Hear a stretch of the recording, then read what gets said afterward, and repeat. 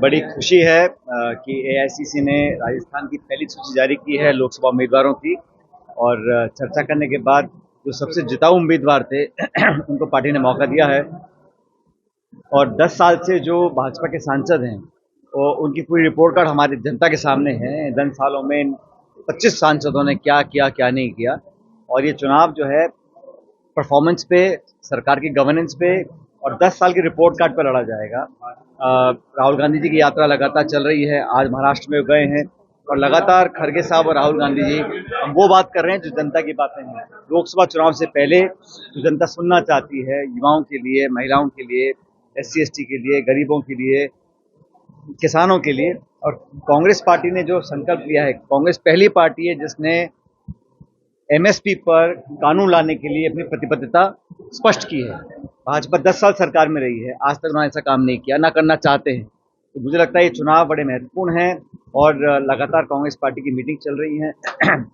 और AICC ने जो अध्ययन करने के बाद लोगों को मैदान में उतारा है, मैं समझता हूँ वो बहुत सबसे जिताऊ उम्मीदवार है और अच्छे बड़े बहुमत से इस बार कांग्रेस पार्टी लोकसभा चुनाव में परफॉर्म करने वाली है। राजस्थान के 10 नाम आए, ये तय हो गया कि अशोक जी और सचिन पायलट जो चुनाव नहीं लड़ेंगे।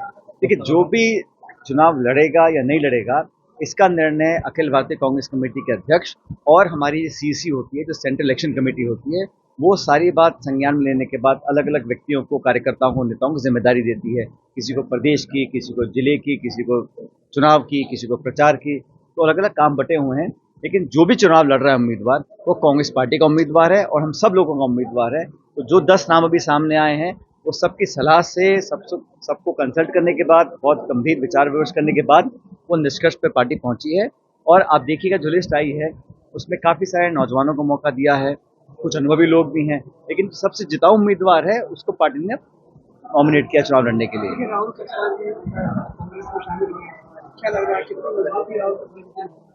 अभी हरियाणा में एक वर्तमान लोकसभा सांसद थे, वो भाजपा छोड़ के कांग्रेस में आए हैं। राजस्थान में वर्तमान लोकसभा सांसद वो भाजपा छोड़ के कांग्रेस में आए हैं। तो हमारे पास तो वर्तमान सांसद विधायक आ रहे हैं और बीजेपी में सब पूर्व जा रहे हैं जो कभी हुआ करते थे। तो इस बात को भी जनता को समझना चाहिए।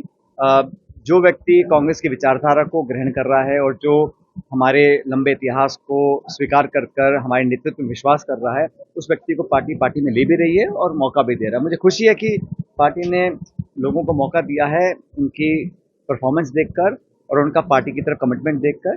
और सभी जो 10 अब तक नाम आए हैं वो सब जिताऊ उम्मीदवार हैं हमारे। पहले साहब, ये गंभीर मामला नहीं है कि पूर्व मंत्री अशोक गहलोत सरकार के वो एक साथ जाते हैं, जो कहीं नुकसान नहीं कर रहा था। देखिए, कोई भी व्यक्ति अगर, जैसा मैंने कहा कि अगर कोई पार्टी छोड़ता है, उनकी क्या मजबूरियां थी, क्या व्यवस्थाएं थी, मैं नहीं जानता हूं।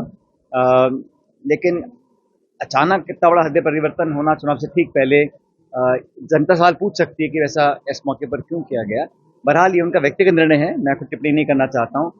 हर व्यक्ति स्वतंत्र है अपनी विचारधारा को चुनने में, अपने राजनीतिक रास्ते को चुनने में, और ये समय और जनता बताएंगे कि ये निर्णय सही था या गलत था।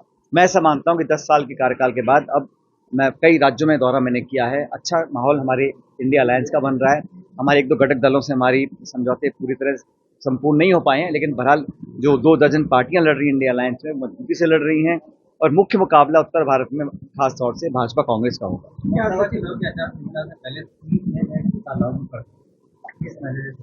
नहीं, तो बहुत पुराना कानून था, इसको चुनाव की आचार संहिता से ठीक पहले लाया गया है।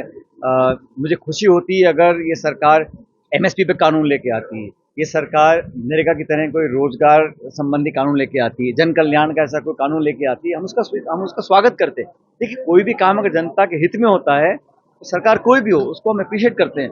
लेकिन ये जो किया गया है ठीक पूर्व संध्या पे चुनाव के, ये कहीं ना कहीं इसमें ध्रुवीकरण करने की कोशिश मैं समझता हूँ केंद्र सरकार की रही है।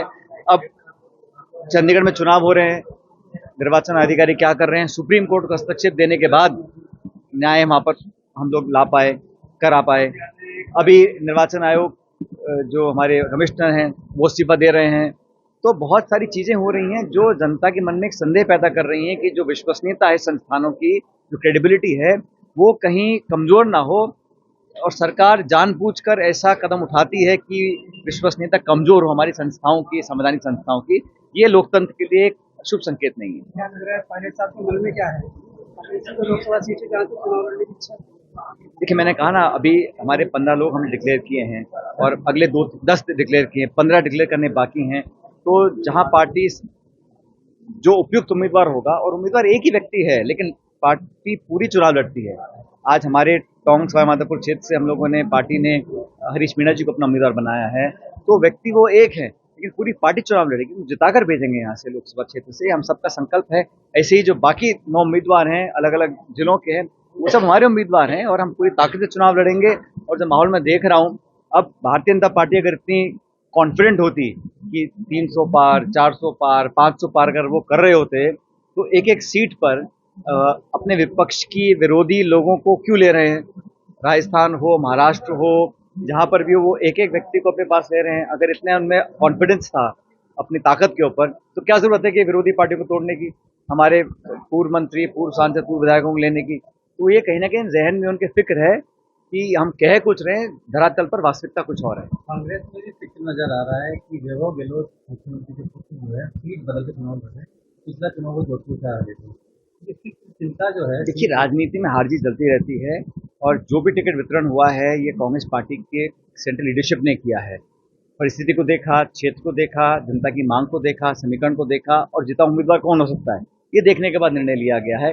जो भी जहां से चुनाव लड़ रहा है पूरी मजबूती से लड़ेगा। कांग्रेस पार्टी एकजुटता से चुनाव लड़ेगी और सफलता हासिल करेगी। राजस्थान और सचिन पायलट का रिश्ता कहा था?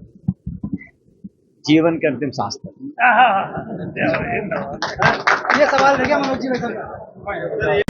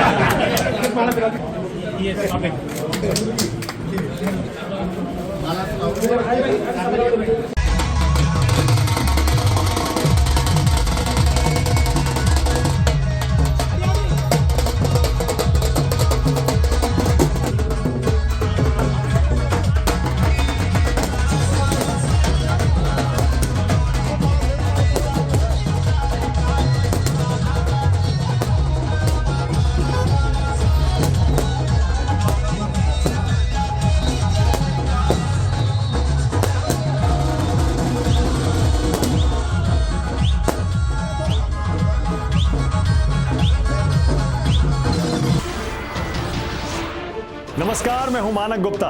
अगर आपको हमारा ये वीडियो पसंद आया हो तो इसे लाइक और शेयर जरूर करें और हाँ, हमें सब्सक्राइब और फॉलो करना ना भूलें ताकि आप देश और दुनिया की कोई खबर मिस ना करें। तो जुड़े रहिए हमारे साथ और देखते रहिए